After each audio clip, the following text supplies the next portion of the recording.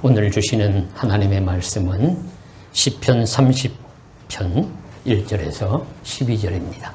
여호와여, 내가 주를 높일 것은 주께서 나를 끌어내사 내 원수로 하여금 나로 말미암아 기뻐하지 못하게 하심이니이다. 여호와 내 하나님이여, 내가 주께 부르짖음에 나를 고치셨나이다.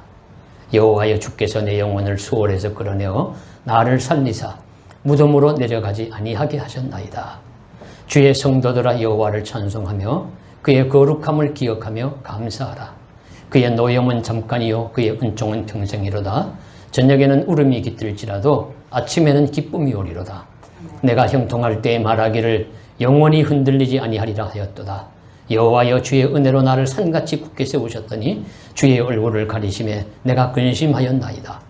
여호와여, 내가 주께 부르짖고 여호와께 간구하기를 내가 무덤에 내려갈 때 나의 피가 무슨 유익이 있으리요.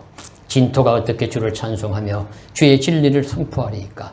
여호와여, 들으시고 내게 은혜를 베푸소서. 여호와여, 나를 돕는 자가 되소서 하였나이다. 주께서 나의 슬픔이 변하여 내게 춤이 되게 하시며 나의 베옷을 벗기고 기쁨으로 띠띠우셨나이다. 이는 잠잠하지 아니하고 내 영광으로 주를 찬송하게 하심이니 여호와 나의 하나님이여, 내가 주께 영원히 감사하리이다. 아멘. 브라질의 유명한 작가 파울로 코엘로의 알레프라는 책에 이런 이야기가 나옵니다. 살아가면서 어떤 것에 탁월해지려면 많이 반복하고 훈련해야 한다 하는 이야기를 합니다. 그럴 때까지 기술을 익혀야 한다는 것이죠. 그러면서 한 탁월한 대장장이의 솜씨를 본 것을 이야기를 합니다. 대장장이가 일하는 것을 하루는 가만히 보니까 불꽃놀이를 하듯이 망치로 뜨거운 새를 내리치는데 벌겋게 다른 새를 한 손으로 집게로 잡고 한 손에 망치를 들고 이리 치고 저리 치고 돌려서 때리고 여기를 때리고 저기를 때리는데 놀랍게도 세게 약하게 강하게 부드럽게 이렇게 이곳저곳을 치는데 막 치는 것 같은데 나중에 보면은 훌륭한 작품이 나오는 거예요. 훌륭한 작품이. 세게 약하게 세게 이면과 저면을 손이 이끄는 대로 생각지 않아도 내리치는 망치질 속에 명품이 탄생합니다. 그래서 그가 하는 말이 언제인가 손이 이끄는 대로 일하는 때가 온다. 언제인가 손이 이끄는 대로 일하는 때가 온다 하는 이 말을 나는 결코 잊은 적이 없다.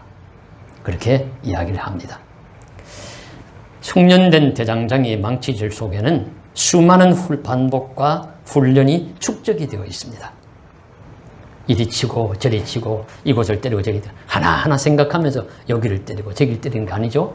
그냥 들고서 그냥 막 때립니다. 막 때리는데 그 때리는 속에는 이미 그동안에 수없이 때리면서 훈련하고 반복했던 대장장이의 솜씨가 들어있습니다. 그래서 빛나는 작품들이 만들어지는 것이죠. 어찌 대장장이 뿐이겠습니까? 얼마 전 임윤찬이라는 아직 어린 17세의 피아니스트가 세계대회 연주대회에서 우승했다 하는 소식이 우리 나라를 떠들썩하게 했습니다. 저도 유튜브 영상을 통해서 연주하는 것을 보았어요. 감탄이 나와요. 대장장이 이상이죠. 악보를 생각하고 강약을 생각하고 연주하는 것이 아니라고 봅니다. 악보도 없잖아요. 오랜 시간 연주해도 그 앞에 악보도 안 놓여 있어요. 이미 머릿속에 다 들어있어요. 들어있지만은 그럼에도 불구하고 그가 치는 것이 손이 이끌고 몸이 이끄는 대로 치는 것이지 어느 곳에 내가 세게 치고 약하게 치고 하나하나 생각하며 치는 것이 아닙니다. 그야말로 손이 이끌고 몸이 이끄는 대로 치는 명연주에 모두가 감탄하고 탐복하는 것이죠. 그렇게 하자면 고된 훈련, 수많은 반복이 물론 있었을 것입니다. 그러나 그 기간이 지나고 난 후에 그들이 누리는 영광과 기쁨의 크기도 그 이상일 것임이 틀림이 없습니다. 코엘로의 책에서는 이런 말이 또 하나 나옵니다. 인생은 기차이지 기차역이 아니다. 인생은 기차이지 기차역이 아니다. 좀 뜻이 깊다고 생각해서 제가 메모해 두었어요. 기차역은 정지해 있는 것이지만 기차는 수많은 다양한 환경을 달려갑니다. 들판도 달리고 숲길도 달리고 터널도 지나면서 햇빛이 내리쬐을 때도 있지만 바람 불고 비 오고 온갖 환경 다 마주치면서도 그러면서도 부단히 달려가는 것이 기차입니다. 인생이 그와 같다는 것이죠. 인생이 맑은 날 햇빛 속을 달릴 때도 있지만 비 오고 눈 오고 바람 부는 날도 달릴 때도 있습니다. 인생의 여정은 다양한 일을 만나고 수많은 경우를 겪으면서 그러면서도 부단히 기차처럼 달려가야 합니다. 인생은 정지된 어떤 역이 아니라 다양한 수많은 환경을 부딪히며 달리는 기차와 같음이 분명합니다.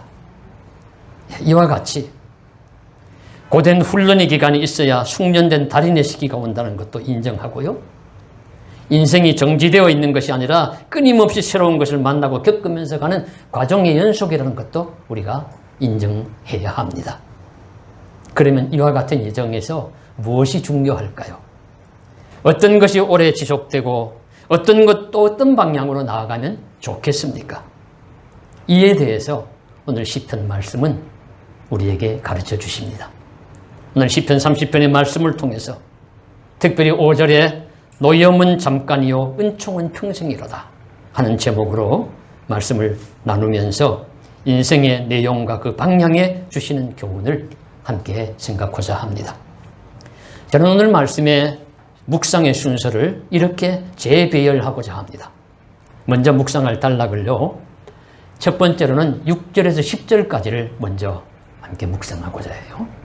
두 번째는 1절에서 3절입니다. 그리고 마지막으로 4절, 5절, 11절, 12절 이렇게 세 가지로 나누어서 말씀 묵상의 순서를 하려고 하는데 제가 성경을 읽을 때는 이렇게 읽는 것이 자연스럽기 때문입니다. 묵상의 순서가 한번 보시죠. 먼저 6절에서 10절까지의 내용은 이런 내용입니다. 인생이 한때 잘 풀리고 잘 될 때가 있어요. 그런데 그럴 때가 되면 교만하기 쉽습니다. 그러면 난관에 부딪히게 되고 그때 다시 돌이켜 하나님께 간구한다는 내용입니다. 오늘 말씀을 지은 시인도 낭패와 실망을 당한 뒤에 다시 하나님을 찾고 부르짖으며 간구하는 것입니다. 6절 말씀을 보시면은 내가 형통할 때에 나는 영원히 흔들리지 않을 것이다. 이렇게 자신했어요. 인생이 잘 될 때는 나는 영원히 이 상태가 오래 갈 거야. 영원히 갈 거야. 나는 흔들리지 않을 거야. 이렇게 했는데 이게 이제 자만이에요. 이게 교만입니다. 그렇게 교만하니까 하나님이 그 얼굴을 돌리십니다. 얼굴을 가리십니다. 그러니까 주님의 은혜가 떠나고 주의 진노가 나타났습니다. 바로 위기와 환난이 찾아왔죠. 근심과 걱정이 앞을 가립니다. 그런데 다행스럽게도 그 부분에서 시인은 원망하거나 절망하지 않고 다시 주님을 찾고 다시 주님께 부르짖었습니다. 우리에게 가르쳐 주십니다. 위기나 환난이 오면 어떻게 해야 하느냐? 다시 엎드려야 한다. 다시 주님 붙들어야 한다. 다시 예수님 찾아야 한다. 다시 하나님을 찾아야 한다. 그렇게 가르쳐 주십니다. 9절 말씀을 보십시오.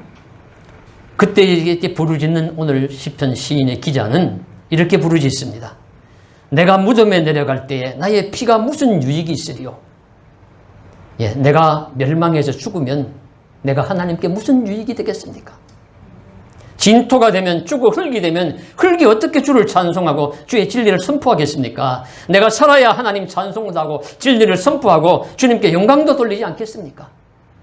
그러니 여호와여 들으시고 내게 은혜를 베푸셔서 나를 도우셔서 나를 살려주셔서 이렇게 부르짖는 것입니다. 그래서 한때 내가 잘 살아갈 때 교만했던 나의 마음을 내려놓는 거예요. 내가 이제는 든든해. 나는 흔들리지 않아. 내 이 상태는 오래 지속될 거야 하면서 자신하며 사는데 그 자신이 어느 날 무너져요. 주님의 얼굴을 돌리시니까 금방 내게 고통과 위기와 환난이 찾아옵니다. 그러면 이제 세상 살면은 그저 낙심하고 절망할 텐데 이 시인은, 그리스도인은 기도 성도는 그렇게 하지 않습니다. 다시 주님을 바라봅니다. 다시 주님 붙듭니다. 다시 주님께 부르짖고 간구합니다. 그래서 오늘 말씀에 시편 시인의 기도는 너무 간절하고 솔직해요. 뭐 꾸미는 것이 없습니다. 제가 죽으면은, 제가 땅속으로 내려가면, 제가 죽어 흙이 되고 진토가 되면 이 무슨 소용이 있겠습니까? 하나님께 무슨 유익이 되겠습니까? 내가 살아있어야 찬송도 하고 영광도 돌리고 하지 않겠습니까? 말씀도 선포하고. 그래서 이 간절한 기도, 솔직한 기도를 우리는 또 배웁니다. 오늘 목회 칼럼에 간단하게 인용한 흑산에 나오는 구한말 극심하게 핍박받던 천주교인들이 유배지에서 톡을 해서 드렸다는 기도문처럼 간절하고 솔직합니다. 그 기도문은 우리 매 맞아 죽지 않게 하소서, 우리 굶어 죽지 않게 하소서, 부모 형제 함께 살게 하소서. 이와 같은 간절한 기도. 내가 진토에 내려갈 때 나의 피가 무슨 유익이 있으리요? 진토가 어떻게 주를 찬송함 주의 진리를 선포하리요? 여호와여 내게 은혜를 베푸셔서 나를 돕는 자가 되소서. 간절한 기도, 솔직한 간구를 우리도 드릴 수 있기를 원합니다. 미사 여구는 좀 그래도 평온하고 일반적인 시기에 나와요.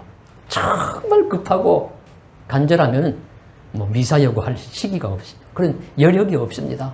그저 입술에 나오는 대로 주여 살려주십시오, 주여 고쳐주십시오, 주여 도와주십시오. 이 기도가, 간절한 기도가 하나님이 책망하시겠습니까? 하나님이 들어주시겠습니까? 하나님은 들어주실 줄로 믿습니다. 이런 부르짖음에 간절한 기도에 응답해 주실 것을 믿으며 우리도 이 기도를 드릴 수 있기를 간절히 소망합니다. 자, 그러면 이제 두 번째 단락에 하나님이 이런 기도를, 나의 기도를 들으시고 어떻게 하시느냐, 1절 3절에 표현하세요. 세 가지 내용입니다. 첫 번째는 원수가 나로 말미암아 기뻐하지 못하도록 나를 끌어내셨다. 나를 끌어내셨다. 영어 성경에 보니까 lifted me, 나를 들어 올리셨다. 낮은 곳에서, 어두침침한 곳에서 나를 들어 올리셨다는 의미입니다. 또 다른 사람들이, 원수들이 보고 부러워하도록 나를 들어 올리셨습니다. 그래서 내가 잘못될 때는 원수들이 기뻐했어요. 그들이 웃었어요. 그런데 하나님이 나를 다시 살리셔서 저 구렁텅이에서 끌어올리셨습니다. 저 진토에서 나를 살려주셨습니다. 그러니까 원수들이 이제 웃지를 못해요. 그래서 원수들이 기쁨이 달아나고 원수들이 웃음이 사라지게 만들었습니다. 나를 향해서 내가 고통당할 때 박수치던 자들의 행동을 무색하게 하나님이 만드셨습니다. 나를 끌어내심으로, 나를 들어 올리심으로. 둘째로는 나를 고치셨다. 말씀에 나오죠. 2절에 여호와여 내 하나님이여 내가 주께 부르짖음에 나를 고치셨나이다. 힐림이 나를 고치셨습니다. 나를 치유하셨다는 것은 다양한 의미가 있죠. 병에서 고침받는 것은 기본적인 의미고, 외에도 삶의 여러 부분, 고장나고 부족한 부분을 고침받고 채움받는다는 것은 온전케 된다는 의미입니다. 그래서 나를 고치셨다는 말은 참 은혜로운 말이에요. 병든 것에서 나를 고치시고, 잘못된 것에서 나를 고치시고, 약한 것에서 나를 강하게 하시고, 나를 부족한 것에서 온전하게 하시고, 모자란 부분을 채워주시고, 내 삶을 건강하게 하셨으니 참 얼마나 감사합니까? 하나님께서, 주님이 저와 여러분들도 고치시기를 원하고 약하고 고장난 우리를 치유해 주시기를 간절히 기도합니다. 세 번째로는 주께서 내 영혼을 수월에서 끌어내어 살리사. 수월에서 끌어내어 살리사. 수월이라는 말은 무덤, 낮은 곳, 땅속이라는 의미가 있어요. 그래서 우리 개역 개정판이 나오기 전에 성경에서는 음부라고 번역을 했었습니다. 근데 이제 음부라는 한 가지 표현으로는 수월이라는 말을 다 표현할 수 없으니까 이제 우리 개역 개정판 할 땐 그냥 수월이라고 번역 그대로 했어요. 그래서 수월은 낮은 곳이다, 땅속이다, 죽음이다, 무덤이다, 그런 곳과 같다 하는 그런 의미입니다. 그러니까 내 영혼을 수월에서 끌어내셨습니다 할 때 이 영어 성경에서는 brought me up, bring up 했다.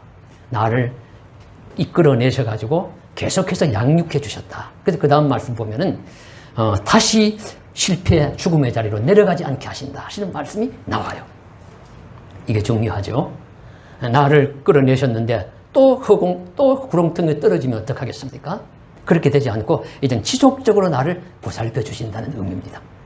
나를 수월에서 끌어내어 살리사 나를 살려주셨습니다. 다시는 무덤으로 내려가지 않게 하십니다. 다시는 죽음의 자리, 파멸의 자리, 실패의 자리로 내려가지 않도록 지속적으로 나를 길러주시고 도와주신다는 의미입니다. 나를 실패하지 않는 자리에 세우시고 길러주신다는 뜻이니까 얼마나 좋은 의미입니까?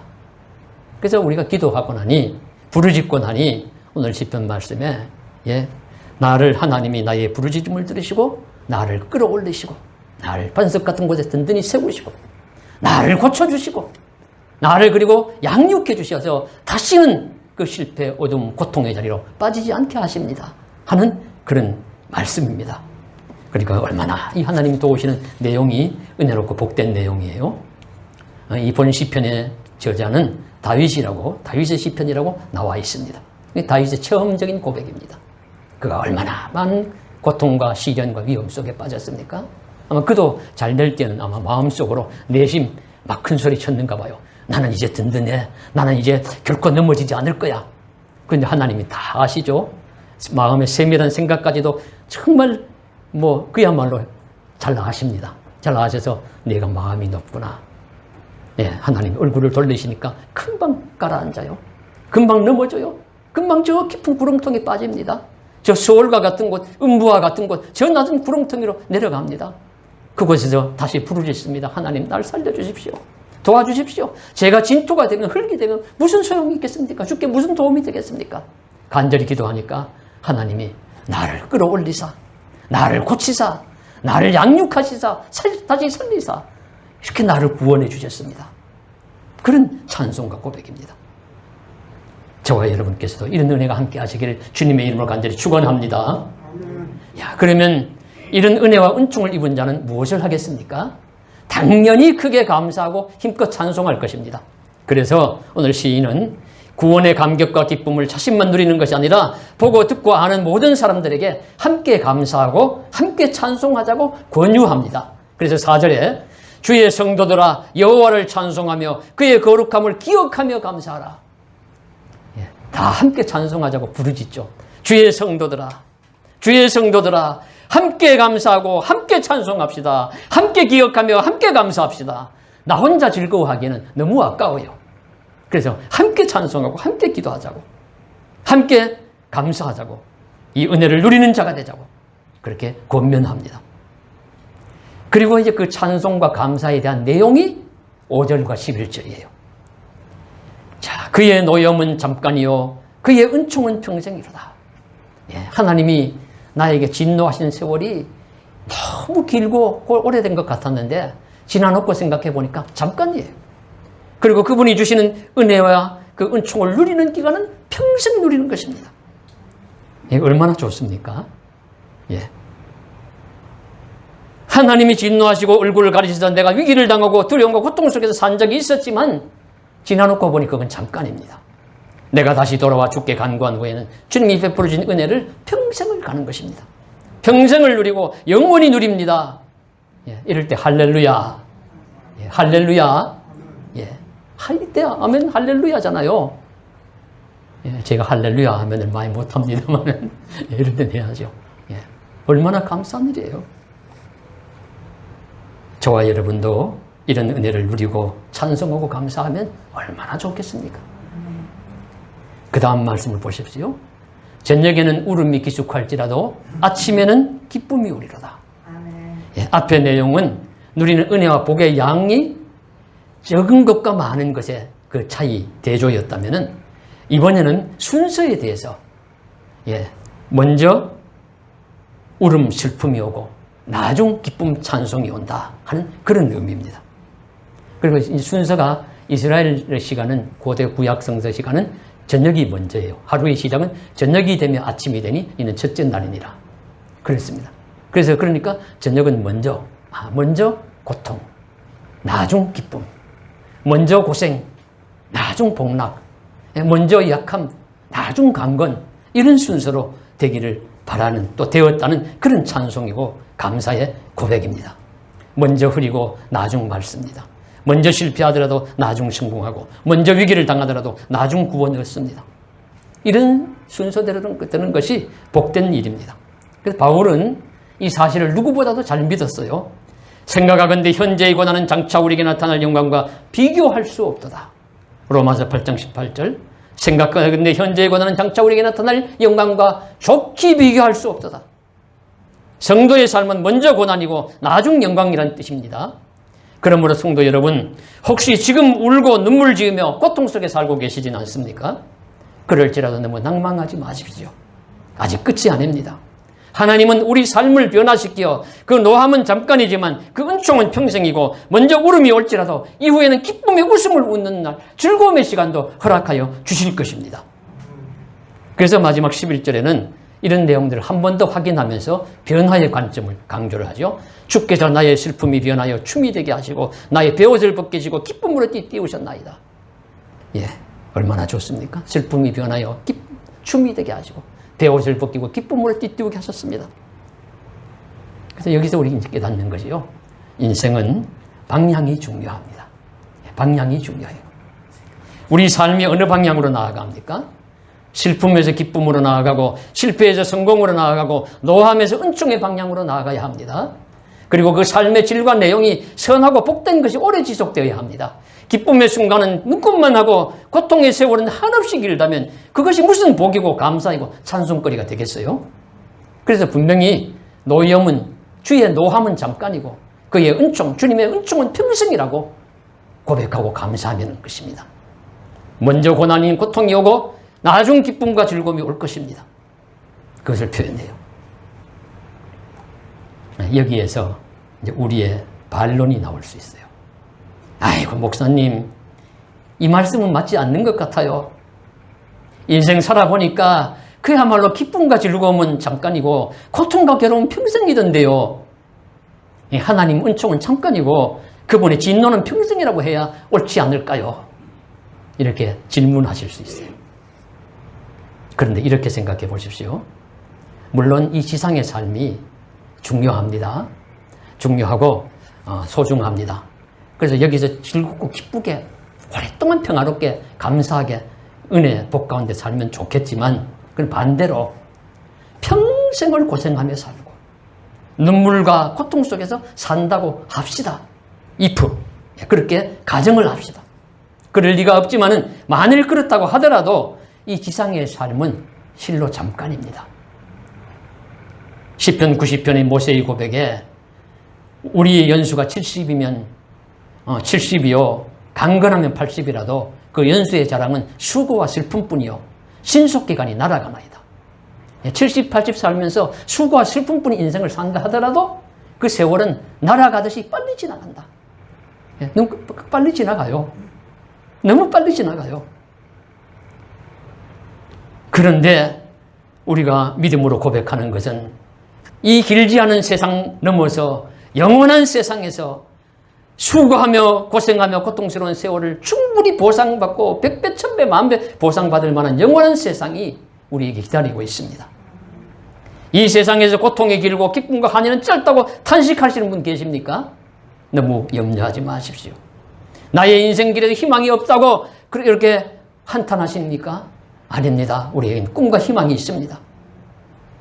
그래서 그저 보이는 이 세상에서 잘 살겠다고 그것만 붙들겠다고 몸부림치십니까? 너무 그렇게 하지 마십시오. 고훈 목사님의 당신이 살면이라는 이 시를 생각하시면서 도움을 받으시길 바랍니다. 당신이 살면 앞으로 얼마나 더 산다고 저 나라 준비 않고 이 땅에 살 것만 생각하십니까? 당신이 살면 앞으로 얼마나 더 살려고 남은 날 계수 않고 이 땅에 싸울 것만 생각하십니까? 당신이 살면 앞으로 얼마나 더 살겠다고 사람에게 용서도 당신에게 경건도 주님께 헌신도 교회의 충성도 한 사람 영혼 구원에도 소홀하고 오직 이 세상만 바라보고 있지는 않습니까? 비록 오늘 우리가 내일을 모른다 해도 주님 부르시면 지금이라도 하늘로 가야 한다는 것을 알고 살아야 하지 않겠습니까? 당신이 살면 얼마나 더 산다고? 다 내면적으로 오늘 말씀과 통하는 말씀이에요. 우리가 살면 얼마나 더 산다고 저 나라 준비 않고 오늘에 매여서 그저 썩고 누리고 용서도 경건도 헌신도 충성도 하지 않은 채 살아가고 있습니까? 너희는 마음에 근심하지 말라. 하나님을 믿으니 또 나를 믿으라. 내 아버지 집에는 거할 것이 많도다고 말씀하신 주님을 믿는다면 영원한 나라에서도 충분히 우리를 영원히 이 땅의 모든 삶을 보상할 만큼 영원한 복락과 기쁨과 감사의 세월을 놓고 준비하고 계시는데 우리가 이 땅의 것만 매여서 고통과 탄식 속에 살아갈 이유가 없는 것이죠. 예. 아무리 이 땅에 고생 많이 한다 해도 이 땅 고생 잠깐, 예. 저 땅, 저 하늘나라 행복, 환희, 영원 이 공식을 믿으시길 바랍니다. 그리고 그 말씀처럼 선하고 복된 방향으로 우리 삶이 잘 정돈될 수 있기를 간절히 소망합니다. 그리고 우리가 이 지상에서 누리는 삶도 잘 헤아려 보면요, 고통과 고난의 시기도 어떻게 보르느냐에 따라서 달라질 수가 있어요. 내가 겪는 상황을 고통의 세월이라고 탄식하며 살 수도 있고 반대로 은총의 복된 시간이라고 찬송하며 감사하며 살 수도 있습니다. 보십시오. 어떤 분은 객관적으로 보기에, 일반적으로 보기에 너무 고생이 많은 것 같아요. 너무 힘들고 외롭고 고통스러울 것 같은데 그분은 정작 밝고 감사하고 기쁘게 살아가요. 그런데 다른 사람이 볼 때는 그저 내가 저렇게 살면 춤이라도 덩실덩실 치면서 일평생 살고 싶은데 매일 걱정하고 원망하고 탄식하고 고통 속에 살아가는 분들도 계세요. 객관적이지 않다는 겁니다. 삶에 대한 모습이나 그런 평가는 절대 객관적이지 않습니다. 내가 어떻게 처신하고 내가 어떻게 바라보며 살아가느냐에 많이 달려 있습니다. 같은 내용이라도 감사하며 찬송하며 살 수도 있고 원망하며 저주하며 살 수 있습니다. 그 예를 고 강영우 박사 우리 장로님의 글을 생각하면서 잠시 도움을 받고자 합니다. 내 눈에는 희망만 보였다 라는 책에 나오는데요. 아이들이 어릴 때 장님 아빠를 위한 어린 아들의 기도는 하나님 아빠 눈을 고쳐주세요 였다고 해요. 그 이유는 아빠와 함께 공놀이도 같이 하고 아빠가 운전하는 차도 타고 싶고 그래서 그런 기도를 아이들이 드렸다고 합니다. 근데 이 강영우 우리 장로님 부부는 그렇게 기도하지 않았대요. 오히려 이렇게 이야기를 했답니다. 비록 공놀이는 함께 할 수 없지만 그보다 더 많은 것을 너에게 해줄 수 있다고 가르쳤다고 합니다. 그리고 그날부터 나는 어둠 속에서도 책을 읽을 수 있는 초능력자가 되었다. 아무 글자도 없이 종이 위에 튀어나온 것을 만지는 것만으로도 재미있는 옛날 이야기가 술술 쏟아져 나오는 사람이 바로 나였다. 놀라운 발상의 전환이죠. 생각의 전환입니다. 그는 눈이 멀어서 아무것도 해주지 못하는 아버지가 아니라 세상에 많은 아버지들이 해줄 수 없는 것을 해주는 유일한 아버지. 어둠 속에서도 잠자는 아이를 옆에 놓고 캄캄하게 불을 꺼놓고든 점자를 손으로 읽으면서 동화책을 읽어줄 수 있는 능력과 기적의 아버지가 자신이다. 이런 감사를 하는 것입니다. 또 하나의 에피소드는 아들이 어릴 때에 아들에게 매를 든 적이 있다고 해요. 그래서 이제 조금 더 아이들이 자란 다음에 하루는 조카하고 아들이 이야기를 하는 걸 가만히 들었대요. 그러니까 이제 그 조카가 형, 큰아빠는 눈이 안 보여서 보지 못하는데 왜 맞으면서 도망을 안 쳤어? 이렇게 이제 묻더라는 거예요. 그러니까 그 아들이 하는 말이 그러게 내가 왜 그랬지? 이렇게 이제 하는 이야기를 들었답니다. 그것을 들으면서 우리 아이들은 내가 보이지 않는다는 사실조차 잊고 산 적이 많구나.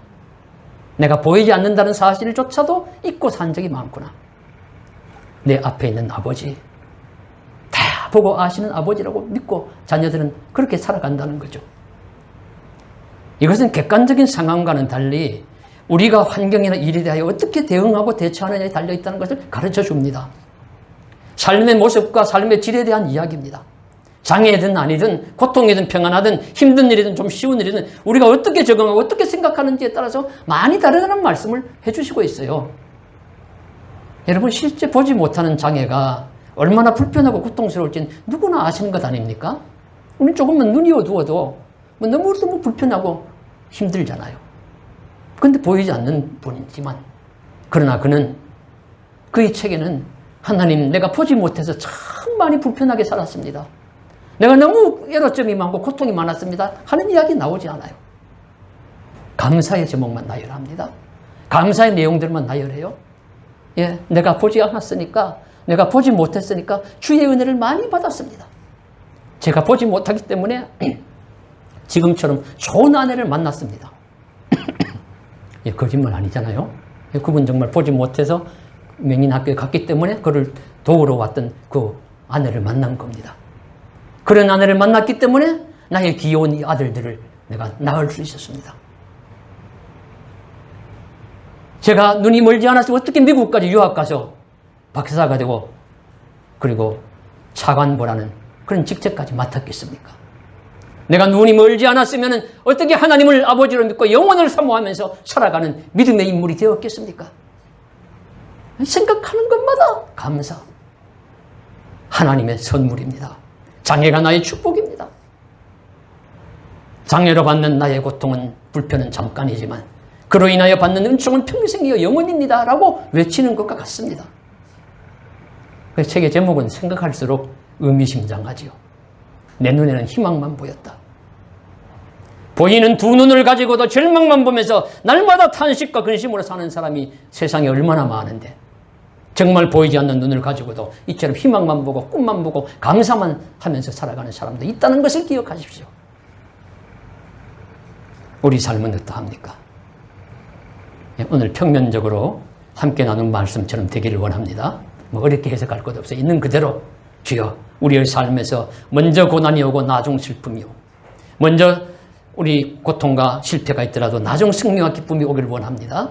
그리고 분노와 고난의 시간은 짧고 은총과 복과 기쁨의 세월은 한없이 길기를 원합니다. 말씀 그대로 되어서 나의 슬픔이 변하여 춤이 되게 하시고 나의 배옷을 벗기고 기쁨으로 띠띠웃소서, 이런 찬송이 우리 입술에 굴려 퍼지기를 원하고요. 그리고 또 하나는 나중에 말씀드린 것처럼 해석을 해서 입체적으로 해석해서 우리 삶이 적용되기를 원합니다. 즉 고은이나 목사님이나 강영우 목사님 같은 장로님 같은 분처럼 실제의 삶에는 어떤 것과 관계가 없어요. 예, 고난일 수도 있고 남들 보기에 힘들 수도 있고 즐겁고 기쁜 그런 시간일 수도 있습니다. 그러나 중요한 것은 어떤 상황이든지 주님을 믿는 믿음 안에서 영원한 기쁨을 보고 영원한 찬송을 보고 영원한 은총을 누릴 수 있는 그런 믿음의 소유자가 되게 해주시기를 간절히 소망합니다. 그리스도는 그렇게 살아가는 자입니다. 오늘 힘들고 어려워도 내일은 새로운 태양이 떠오를 줄 믿습니다. 오늘 눈물 짓는 고통이 있을지라도 내일은 감사하며 찬송하는 새날이 열릴 것을 믿습니다. 오늘 주 안에서 잠시 받는 환난에 경한 것이 내일 찬란하고 영원한 영광을 담보해 줄 수 있을 줄로 믿습니다. 그래서 윌리엄 블레이크라는 시인이 있는데, 하늘의 모래에서 세계를 보고 한 송이 들꽃에서 천국을 본다 노래했습니다.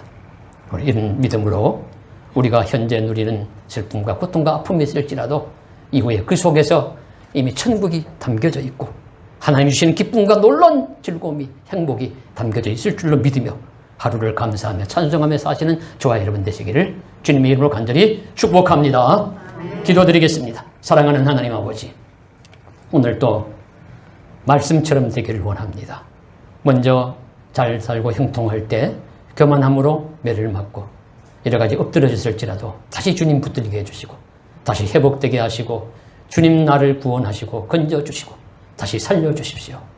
그래서 주님 함께 찬송하자고, 나 혼자 즐거워하고 기뻐하기엔 너무 아까워 모든 성도들과 함께 찬송하고 기뻐하고 즐거워하자고, 감사하자고, 그리고 우리 권유할 수 있는 자리에 이르게 하시고, 그리고 주시는 기쁨과 감사가 정말 아침에는 저녁에는 울음이 올지라도 아침에는 기쁨이 오고 즐거움이 오고, 먼저 우리가 그런 일들을 또 어려움 닥더라도 나중에 참 감사하고 찬송할 수 있는 그런 복된 세월이 오래 지속되는 그런 은혜의 역사가 일어나게 하여 주시옵소서. 그러나 우리 인생길이 험하고 참 아픈 것이 오래 지속된다 하더라도 너무 낙심치 말고 정말 하나의 모래에서도 세계를 보고 한 송이 들꽃에서 천국을 보는 것처럼 그 속에 하나님의 천국이 담겨 있음을 깨닫고 믿음으로 바라보는 눈을 뜨게 하여 주시옵소서. 주 예수님 이름 받들어 간절히 기도드리옵나이다. 아멘.